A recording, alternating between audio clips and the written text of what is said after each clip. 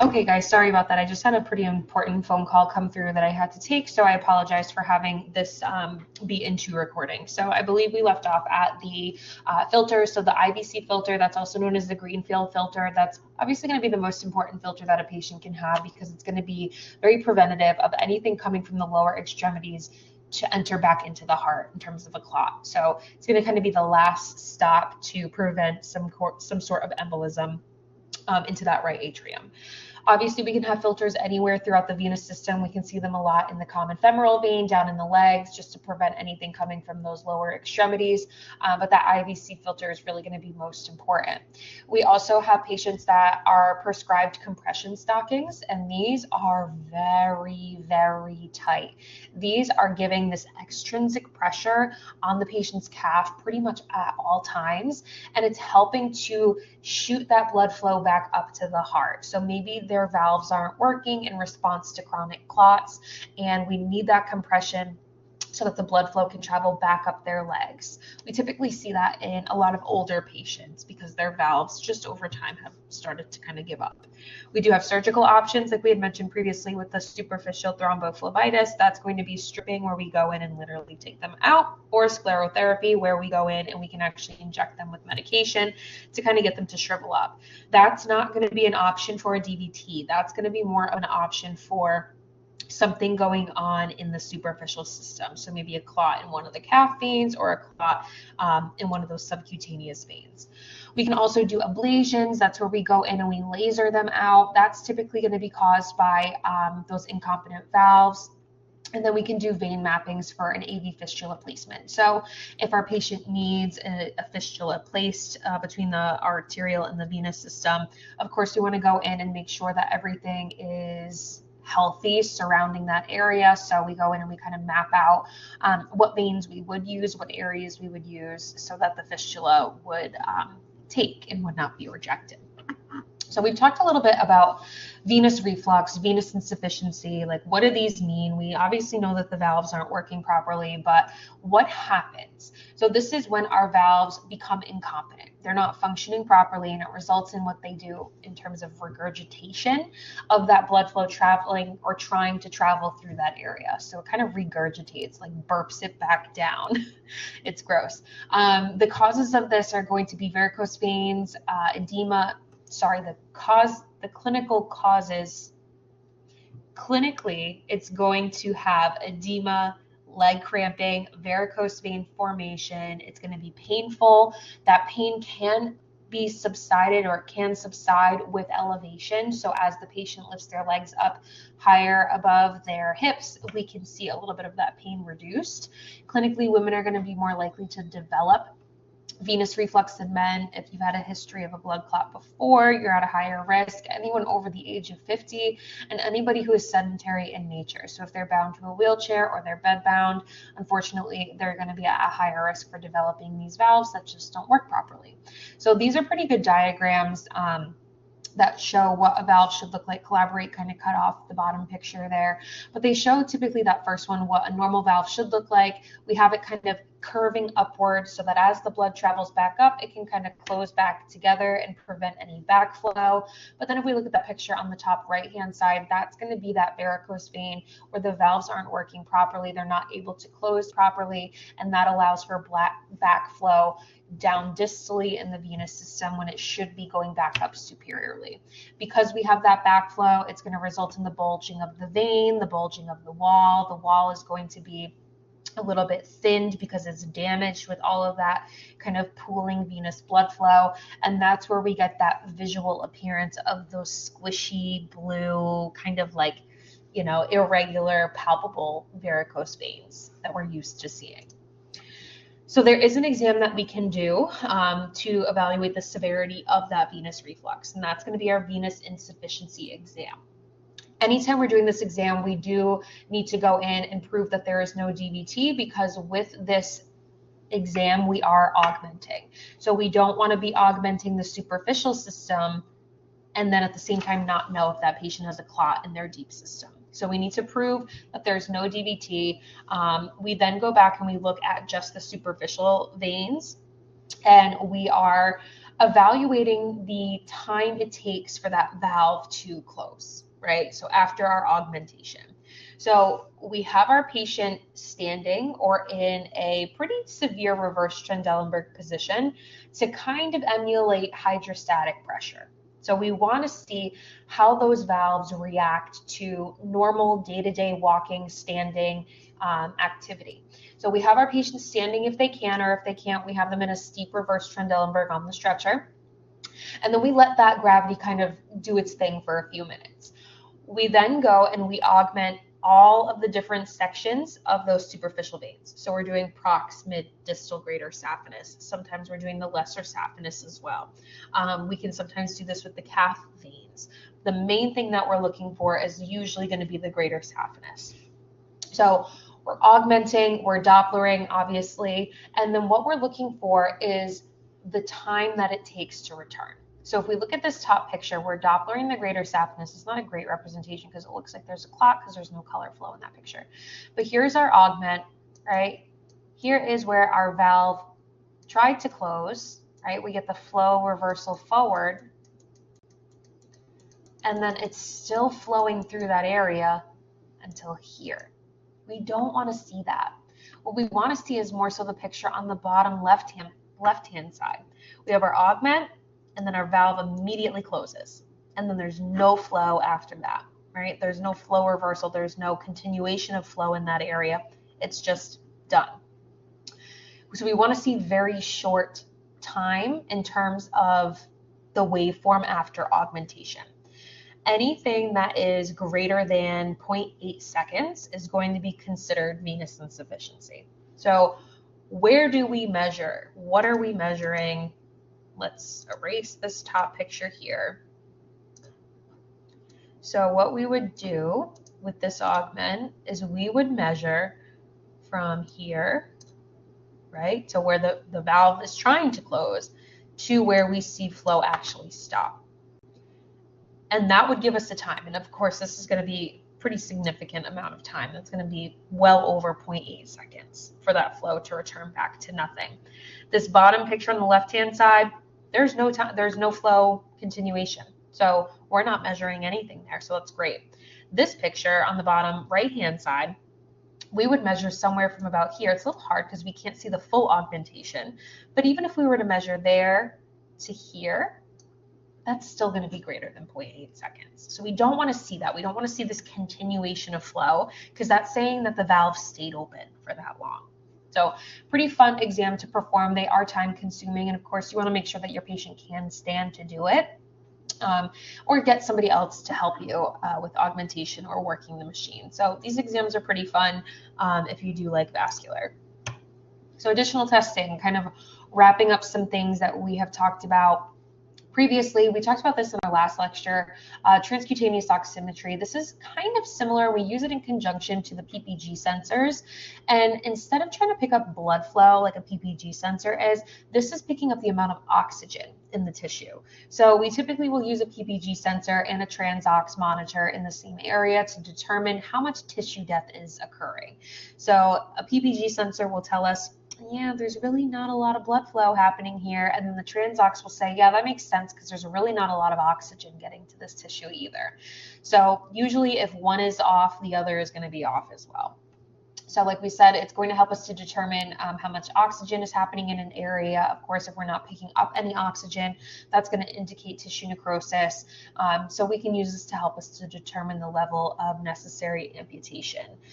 So here we can kind of see the transox monitors kind of around these open wounds.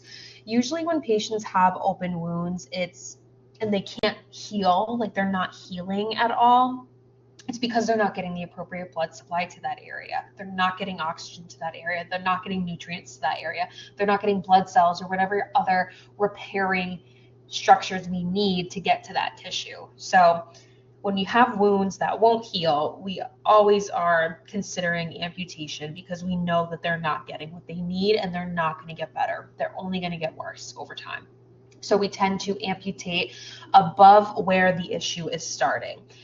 So that's where we use the PPG sensor and the transox. So here with the bottom picture, we're putting monitors kind of around that open wound to see how far that tissue death is extending beyond what we can see. So if this sensor here is not getting any oxygen, and say we had a PPG sensor on there as well and it's not picking up any blood flow, we would want to move it even higher and say, okay, what about over here, right? If we're not getting anything over here, well, what about over here? And maybe we got something over here, but we didn't get anything over here. So we would know that we would want to amputate between those two levels. So it's pretty sad, and we do see it quite a bit. Again, toes are the first to go, but then it kind of works its way upward from there. So wounds, deep open wounds that will not heal, are usually a sign of something much bigger going on underneath the surface. And TransOx can help us monitor that. Transcranial Doppler. So we're not going to spend too much time talking about this, or really kind of getting into the details of this. If you've worked with Corky at Rhode Island Hospital, I'm sure he's given you great demonstrations and kind of shown you what he does. There is a chart on here that you will be responsible for knowing. You do have to understand the windows and what vessels each window will show you. But just know that there's a lot that goes into this, and this is an exam that not everybody is performing. Not a lot of places are performing these. So it's very kind of it's highly specialized with this. So the capabilities of transcranial Doppler, of course, we can evaluate any intracranial structures for stenosis or occlusion. We can look for collateral circulation. We can look at any kind of condition of vasoconstriction in that circle of Willis. We can evaluate if there's a subarachnoid bleed or hemorrhage occurring. We can see if anybody has congenital AVMs, arteriovenous malformations in the brain. And then, unfortunately, the most common or positive, I guess we could say, capability of a transcranial Doppler is to evaluate for suspected brain death and to allow for family members to make appropriate decisions. We can, with suspected brain death, we can determine if a patient is a candidate for organ harvest. So if they're an organ donor, they would have a transcranial Doppler performed just to confirm brain death prior to that organ harvest. Limitations with this, of course, any kind of imaging beyond a bone is going to be challenging. So if our bones are abnormally shaped in our skull, or if they're super thick, that's going to be the hyperostosis of that bone. It's going to be really hard for us to see through. If anyone who has had an eye surgery, it's going to limit the transorbital window that we can use for some of those vessels. And a lot of times we're doing transcranial Dopplers without imaging. So very similar to the Doppler segmental pressures, where we're kind of just relying on our anatomy knowledge. That's going to be kind of what we're doing with the transcranial Doppler here. If anything, this is harder because you have to differentiate what section of the circle of Willis you're looking in without using any kind of imaging to help you. So the chart that we have for this will definitely be able to give you a better idea of what vessels will be where. Physical principles. So with a transcranial Doppler exam, we're using a 2 megahertz pulse Doppler transducer. This is a much lower frequency, so we know it's going to be able to travel further into that brain tissue and beyond those cranial bones. We do use 3 acoustic windows. We use a transtemporal, transorbital, and transforaminal. When we're doing the transtemporal, we're looking at the middle, the anterior, and the posterior kind of segments. So we're kind of sweeping between that transtemporal view, right kind of above and anterior to the patient's ears and their temples. Transorbital, we're literally putting the transducer on their eye with their eye closed, of course. We're doing transforaminal. That's going to be at that suboccipital protuberance at the back of our skull, the base and back of our skull. And then vessel accuracy. This is super important. This is why this exam is so challenging. You have to understand your anatomy. You have to understand at what depth would you be expecting to pick up blood flow from what section of the circle of Willis. So it's very, very hard, and this is why it's so highly specialized. So our technique, we are going to have our patient supine and instructed not to talk. We are going to follow the same steps on one side and then follow them exactly on the other side. So we are going to do the transtemporal window first. That is going to give us information about the MCA, the ACA, the PCA, and the distal ICA, or the intracranial portion of the ICA. We are then going to do the the same side transorbital approach. So we're then moving to the patient's eye, and we're going to look at the ophthalmic artery and the carotid siphon where it takes that sharp turn into the skull.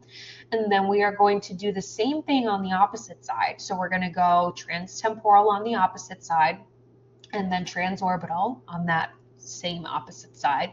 And then we're going to do the transforaminal approach at the back of the skull to identify the vertebral and the basilar arteries. So pretty standard protocol there. This is the chart that you have to know. This varies in literature, so the velocity ranges are a little bit different, depending on what textbook you're reading. The depth is a little bit different depending on, again, the textbook you're reading. But what I want you to know is the vessel and what window you would expect to see it in. I also want you to know the direction of the flow that you would expect to see of that vessel.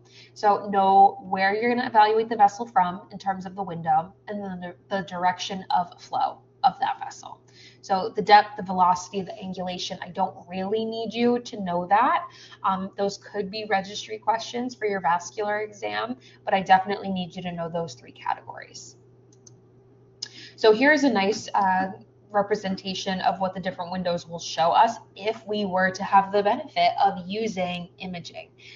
We usually don't have the benefit of using imaging. So again, pretty tough to be able to tell the difference between these segments. So picture on the left-hand side, that's going to be our transorbital approach. We're really only looking at the ophthalmic artery, the carotid siphon, so not too much information going on there, but then that transtemporal window is going to give us that picture on the top right-hand side where we're seeing like the color evaluation of the entire circle of Willis. So if you don't have imaging to help you, how are you going to put the Doppler somewhere on your spectral window that isn't showing a vessel, but you're getting flow kind of from this whole general area? So it's pretty tough.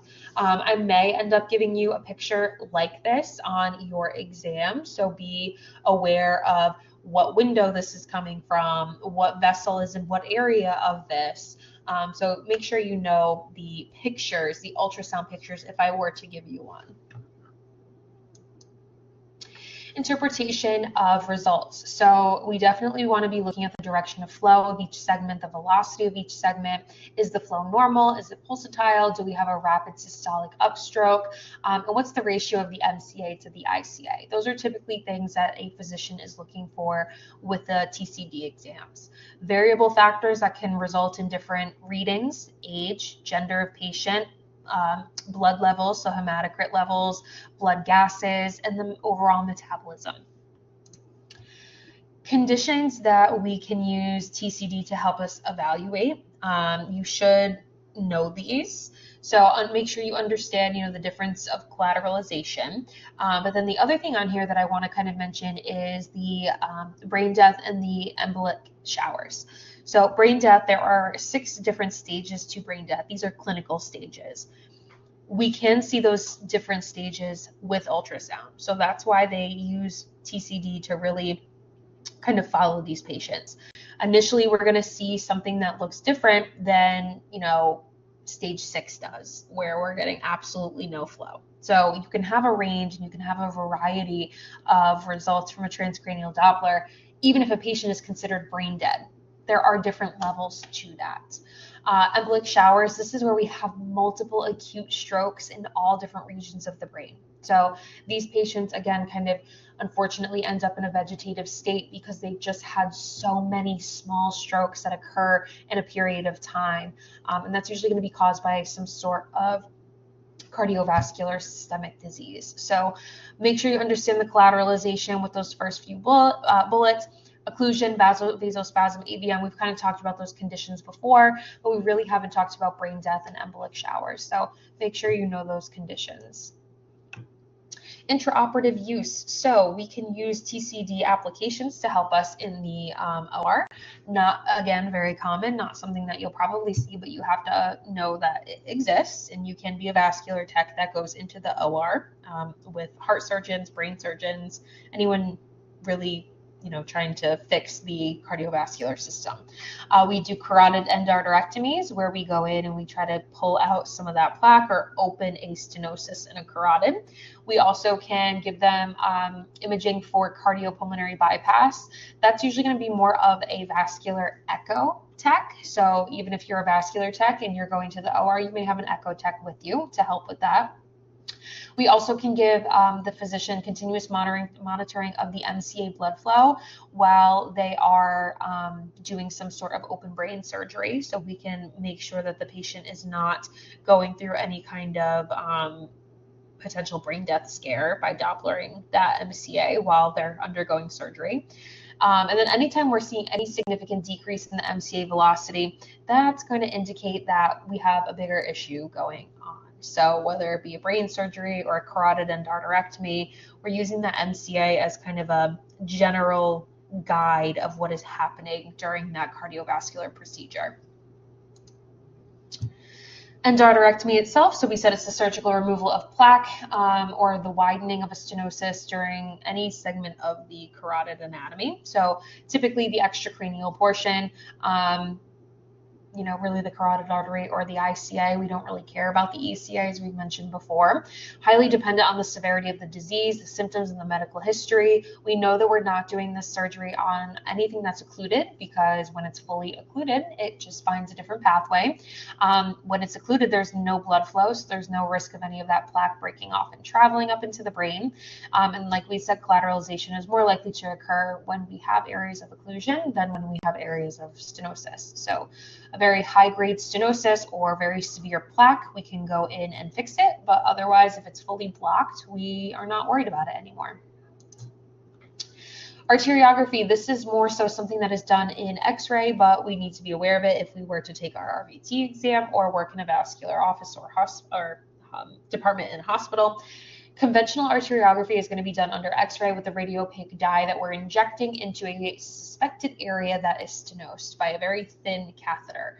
So kind of like those thrombolytic interventions with the venous system, we can kind of do more so an arterial system evaluation using X-ray contrast.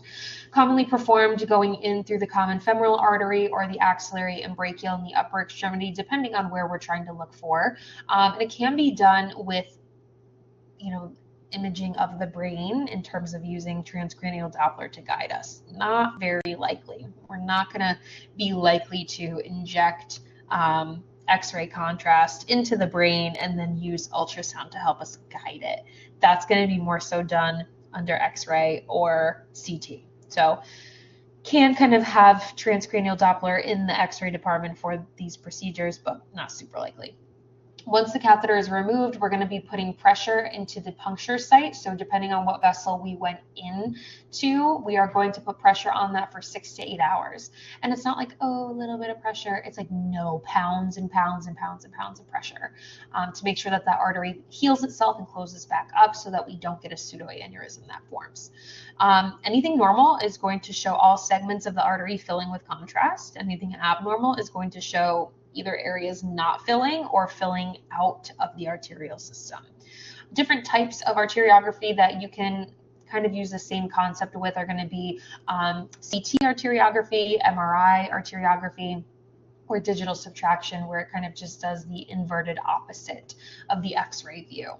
So let's see what this would look like on X-ray. So on the left-hand side, we actually have our radiography of an arteriography of the circle of Willis. So pretty interesting to see all those little different vessels and pathways feeding all that cerebral tissue.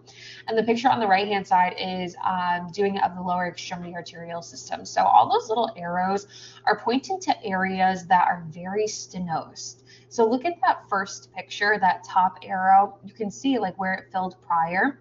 And then all of a sudden it kind of looks like there's a little bite taken out of it. And that's showing an area of arterial stenosis. Same thing in this second picture. It's so stenosed in this area, and then it gets normal here. So pretty interesting to see the severity of a stenosis or even an occlusion. And the picture on the right-hand side, this is a pretty normal vessel that's filling appropriately. Pretty interesting stuff. Venography, very similar in concept to arteriography, but it's the imaging of the venous system. We go in and we inject contrast to evaluate the veins and the function. Very sensitive. It's nice if a patient has kind of this like ongoing clotting disease. It's pretty nice that we can do this exam and it tells us where a clot is starting to form before it actually even becomes a clot. So those thickened blood cells are very sensitive to this venous contrast, and it kind of absorbs it so we can see where it's all gathering. Pretty neat. We inject this contrast, we wait about 24 hours, and then we actually use nuclear medicine or x-ray to help us see where that contrast is most absorbed. So it's pretty cool stuff. Typically, we inject the contrast into the patient's foot veins, and it works its way upward into the system. Or if we're looking at the upper extremity, we will inject it into their hand. So let's take a look at what some of these pictures look like. So pretty cool. On the left-hand side, that's going to be x-rays 24 hours after it was injected. You can see all of those varicose veins that are traveling along that patient's leg. And the picture on the right-hand side, this is going to be a nuclear medicine scan 24 hours after. All those tiny little dots are suspected areas of where it's gathering more intensely. So this patient actually has some sort of systemic lymphoma or leukemia. It's a little hard to tell the difference on here. And that's where it's all gathering, is in those little pockets, those little bubbles on that patient's arm. We kind of lastly have a lung perfusion scan. We do not do this like the other exams that we've talked about. This is also known as a VQ exam, ventilation quotient scan, and it's commonly done to kind of routinely scan for lung diseases or embolisms. So a patient has to be a candidate for this exam. Other pre-existing conditions can alter the results of this, so that's something that needs to be considered prior to having a patient go for this exam. We inject contrast into their arm, and then we do a nuke med scan after to see how those patients' lungs are affected by that contrast, if there's any developing clots forming in those lungs, and we move the patient in different positions to see if there's anything gathering along the different segments of those lungs and of those areas. So here are the different positions. Nuclear medicine, don't ask me what any of these look like. It's pretty vague to me. So just have to know that this exam exists. If you are a vascular tech, you will be asked this on your registry. So kind of make sure you have a good general understanding of a lot of this stuff. It's pretty specific about what I need you to know, what I don't need you to know. So if you have any questions about that, please don't hesitate to ask. Again, I apologize for having to do multiple recordings for this lecture. But yay, this is it. This is it for this semester. So hopefully everyone's doing a great job.